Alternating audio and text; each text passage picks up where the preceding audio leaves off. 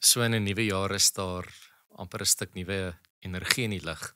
Daar in 'n tyd waar ons bly sien ons meer mense loop met hulle honde en ry op hulle fietsse en hardloop en jy weet almal het hierdie nuwejaarsvoornemens. Ons gaan begin oefen, ons gaan gesonder leef. Nou miskien het jy iemand wat nie noodwendig nuwejaarsvoornemens het nie. Maar ek het nog nooit in my lewe gehoor van iemand wat 'n nuwe jaar begin en beplan om swakker af te wees as wat hulle was in die vorige jaar nie. Meeste van die tyd het ons hierdie sin van nuwe lewe, nuwe energie. Ons sê dit vir mekaar nê, so in die begin van die jaar al is dit al lankal verby die 1 Januarie. Ek hoor nog steeds van mense wat as jy hulle nou sien vir die eerste keer in 2026, dan sê jy voorspoed vir die nuwe jaar, voorspoed vir die nuwe jaar. So ons wens selfs vir mekaar beterskap af in die jaar wat voorlê. Voorspoed, voorspoed vir die nuwe jaar. So selfs net in ons onderbewussyn, al het ons nie lysies van nuwejaarsvoornemens en dinge wat ons nie en anders gaan doen nie, in ons onderbewussyn dink ons dat die nuwe jaar 'n mate van voorspoed moet inhou vir onsself en vir die mense om ons. Nou, meeste van die tyd as ons hierdie nuwejaarsvoornemens het, dan is dit ook baie keer beperk tot aktiwiteite, nuwe dinge wat ons gaan doen of gesonder leef of nuwe eetgewoontes, ander gewoontes aanleef of aanleer. Maar die vraag wat ons vra as Christene, wat ons uitgenooi word om te vra so hier in die begin van die jaar is, hoe kan ons in die tydperk waarin ons nou is, in die begin van 'n nuwe jaar, hoe kan ons dit as 'n oorgangsrite sien of as 'n oorgangsritueel beskou? Nou het ek 'n groot woord gebruik, oorgangsritueel of oorgangsrite. Hierdie woord kom eintlik uit die antropologie uit, die studie van mensdom, en ons sien eintlik so oud soos wat die mensdom is en eintlik veral in die Bybel sien ons gereeld oorgangsrituele. Dit is 'n rite, iets wat jy doen wat 'n mate van herdefiniering uiteindelik behels. Ons het baie oorgangsrites in ons samelewing vandag, byvoorbeeld 'n huwelik of 'n troue is 'n ritueel wat ons doen om 'n nuwe definisie as 'n persoon se identiteit te mate verander, nê, waar jy in die huwelik ingaan, baie keer dan verander jou van. Ons sê die gebruik in ons kultuur en ons tradisie dat 'n vrou die man se van sal aanneem. En dit sê iets van 'n ritueel van 'n ou lewe na 'n nuwe lewe toe of 'n herdefiniering, iets nuuts wat gebeur. Nou in Handelinge 10 kry ons 'n tipe van 'n oorgangsrite wat daar plaasvind. Eintlik as ons na die hele hoofstuk gaan kyk, dan sien ons daar's 'n oorgang daar wat plaasvind. 'n groot oorgang van 'n ou manier van kyk na 'n nuwe manier van kyk. En ek dink as ons nou na hierdie Handelinge 10 teks gaan kyk vandag in die tyd waarin ons is, dink ek gaan dit my en jou ook help om as Christene hierdie vraag te vra van hoe kan ons nie dink oor ons geloof in 2026 in die jaar wat voorlê, en hoe kan ons op nuwe maniere, as ons nou praat van 'n nuwe jaar, hierdie woordjie nuut wat so voorkom, hoe kan ons op nuwe maniere ons identiteit as Christene uitleef? So nie net groei in ons geloof nie, maar ook ons geloof saam op reis as 'n gemeente ook uitleef in die wêreld daar buite. Nou, as ons na hierdie teks gaan kyk, gaan dit baie duidelik word dat Jesus die manier waarop ons kyk kom verander, die manier waarop ons na die wêreld kyk. So ons tema eintlik vir hierdie week is nuwe sig, om met nuwe oë te kyk. En Jesus leer ons om met oë van genade te kyk eerder as oë van oordeel. En dit gaan ons sien in hierdie Handelinge 10 teks wat ons gaan lees. Ons gaan lees van vers 34 tot by vers 43, hierso uit die 2020 vertaling, en ons gaan sien hoe Petrus se oë, die manier waarop hy na mense kyk, verander. En ook uiteindelik hoe ons godsdiens ons help om te verstaan, maar wie is ons? Wie is ons as ons sê, maar ons gaan as Christen in? Wat beteken dit om jouself te identifiseer en te definieer as 'n Christen? En ook hoe ons dit wat ons moet gaan doen in hierdie jaar uiteindelik moet verander. So ja, Handelinge 10, die 3 dinge wat ons daarin gaan sien, is ons gaan sien hoe Jesus ons oë verander. Met ander woorde, die manier waarop ons kyk word verander. Dit sê vir ons wie ons is en hoe ons identiteit as Christene kan uitleef in die wêreld daar buite. En wat dit ook is wat ons moet doen. So wie is ons en wat moet ons doen in 2026 as Christene? Handelinge 10 gaan ons help om daai 2 baie belangrike vrae uiteindelik te antwoord. So kom ons bid saam en ons sê dankie vir die Here dat ons vandag ook sy woord kan ontvang en dan lees ons saam die teksgedeelte. Hemelvader, dankie dat ons die voorreg het om 'n Bybel te kan hê, saam te kan lees daaruit, dat U vir ons ook dit toeganklik maak, dat ons op hierdie manier op YouTube, op 'n digitale platform, ook vandag die woord kan ontvang, daar waar ons is in die wêreld waarin ons beweeg. Dankie dat ons weet U stuur ons in die wêreld in om rentmeesters te wees van U koninkryk, en gee Here dat ons vandag ons harte sal oopmaak om U woord te ontvang, dat ons ook daardeur sal leef in die wêreld waarin U ons uiteindelik stuur. Amen.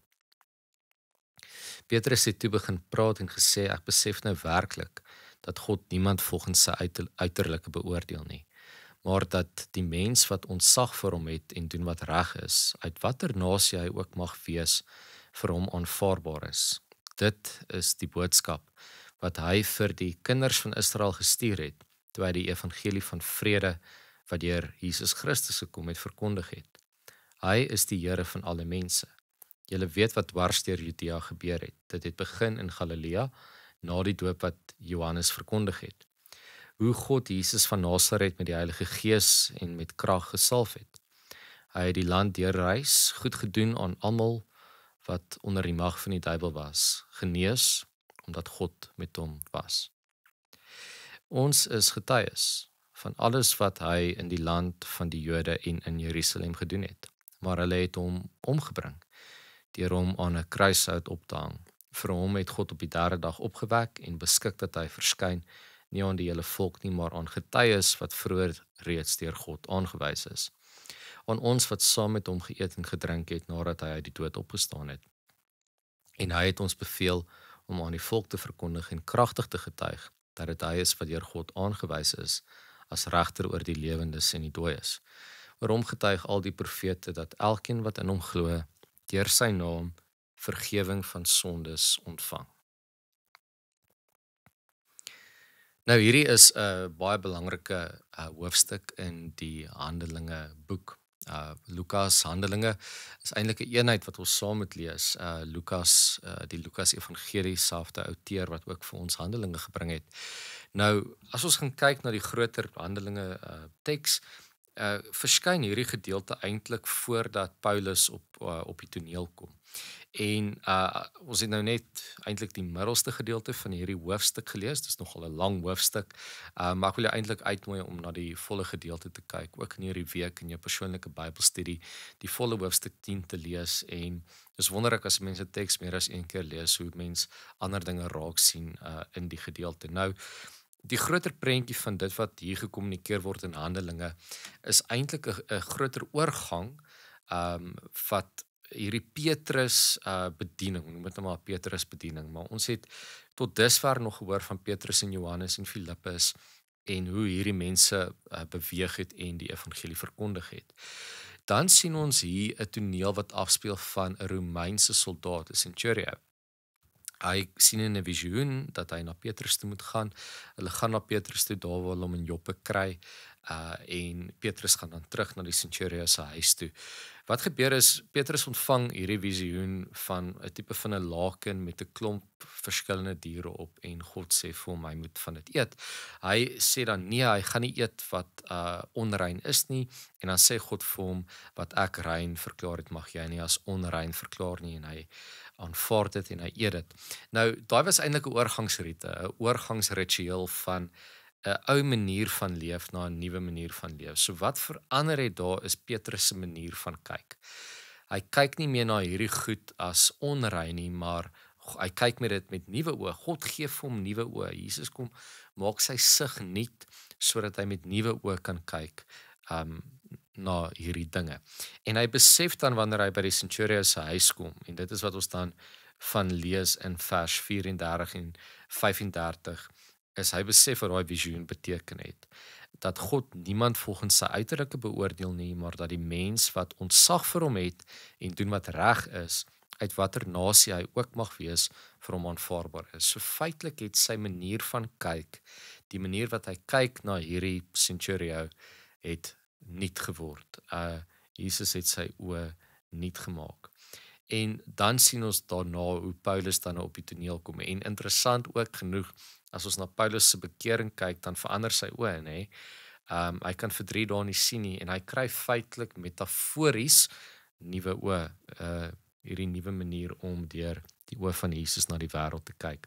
Nou, wat baie belangrik is as ons gaan kyk na hierdie gedeelte, nadat Petrus vir hierdie centurion sê, dat hy werklik nou tot 'n nuwe openbaring gekom het, dat jy nie volgens die uiterlike beoordeel nie, maar dat elke mens wat ontzag het vir God en wat doen wat reg is, maak nie saak van wat se nasie hy is nie. En dan gaan hy aan om te net weer eintlik 'n opsomming te gee van die evangelie, om te sê dat hierdie is nie iets wat hy self besef het nie, maar op grond van dit wat Jesus gedoen het. So hy verduidelik net weer alles wat Jesus gedoen het, en dat dit as gevolg van Jesus is, dat hy hierdie openbaring ontvang het. Met ander woorde, wat dit vir ons sê, is dat geen mens kan roem op homself nie. En om 'n kind van God se koninkryk te wees, beteken ons eer nie onsself nie, maar ons eer God deur ons goeie dade.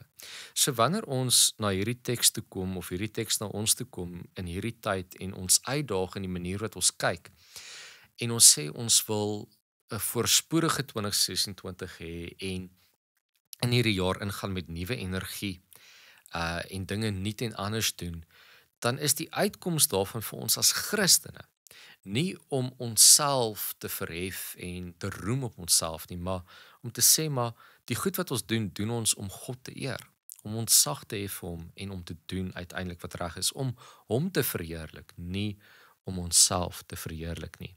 En dit is uiteindelik die verskil, as ons nou kyk na die gevolgtrekking van Petrus, om te sê, maar die een wat goed doen, nou, daar's baie mense daar buite wat goeie goed doen, en ek het al voorheen ook hieroor gepraat, maar wat ons anders maak as Christene, is ons doen nie goed net vir die sake of it, om goeie mense te wees nie. Ons doen dit om God te eer. Dit is ons rede. Dit is uiteindelik ons hoekom. Ons doen goeie goed, want ons eer God. Ons leef om God te eer, nie onsself nie. Nou is die vraag, hoekom is dit vir ons nodig om nuwe oë te kry, om nuwe sig te kry? Hoekom is dit nodig vir ons om anders te kyk? Is daar iets fout? Is daar iets verkeerd met hoe ons op die oomblik kyk? En ek dink daar is. Ek dink ons, wat ons sien hierso gebeur met Petrus, is sy manier waarop hy oordeel het verander. Hy oordeel nie meer, hy sê self, hy het gesien dat Jesus nie mense volgens die uiterlike oordeel nie. Nou ek dink ons sit vandag in 'n tyd en in 'n era waar ons bietjie verkeerd oordeel. Okay. Nou ek wil begin om te sê daar's verskillende maniere om te praat oor oordeel, en ek dink dit is belangrik vir ons om net vinnig ook daai onderskeid te maak. So die eerste tipe oordeel is gesonde oordeel, noodsaaklike oordeel, en dit, 'n ander manier om daaroor te praat, is onderskeiding. So ons oordeel gereeld op 'n onderskeidingsvlak wat noodsaaklik is. Ons moet oordeel tussen wat is gesond en ongesond, wat is reg en wat is verkeerd. Jy staan in die rak en jy kyk na die verskillende tipes melk, en jy moet oordeel wat se een is reg en wat se een is verkeerd. Dit is gesonde onderskeidingsoordeel wat almal van ons moet doen. Ons moet kan onderskei tussen goed en sleg en reg en verkeerd. Dan is daar veroordeling. Nou veroordeling is iets wat ons nie moet doen nie. Veroordeling is wanneer ons kyk na iemand en 'n oordeel oor daardie persoon uitspreek. Soos byvoorbeeld, sê nou maar iemand het vuil klere aan en hulle loop in die winkel rond in vuil klere om dan daai persoon te veroordeel en te sê maar dis 'n slordige mens, dit is 'n sleg mens wat glad nie 'n goeie selfbeeld het en mooi na hulle self kyk nie. Dit is veroordeling, nê? En dit is verkeerd. Met ander woorde, ons maak uitsprake oor ander mense en dit is iets wat ons nie moet doen nie. Dit is nie iets wat 'n Christen, 'n koninkrykskind uiteindelik doen nie. Dan is daar vooroordeling. Dit is wanneer ons al voor die tyd besluit 'n oordeel maak oor iemand op grond van die uiterlike. Al hierdie goeters is oordeel op die uiterlike wat hierdie teks ons teen waarsku. Ons moet waak daarteen. Maar dan is daar nog een. En dit is iets wat ek dink ons vandag baie vatbaar voor is, wat ons baie bewus oor moet wees. En ek dink 'n eenvoudige manier vir ons ook om meer voorspoedig in 2026 te kan wees, is as ons net gaan ophou om hierdie een ding te doen.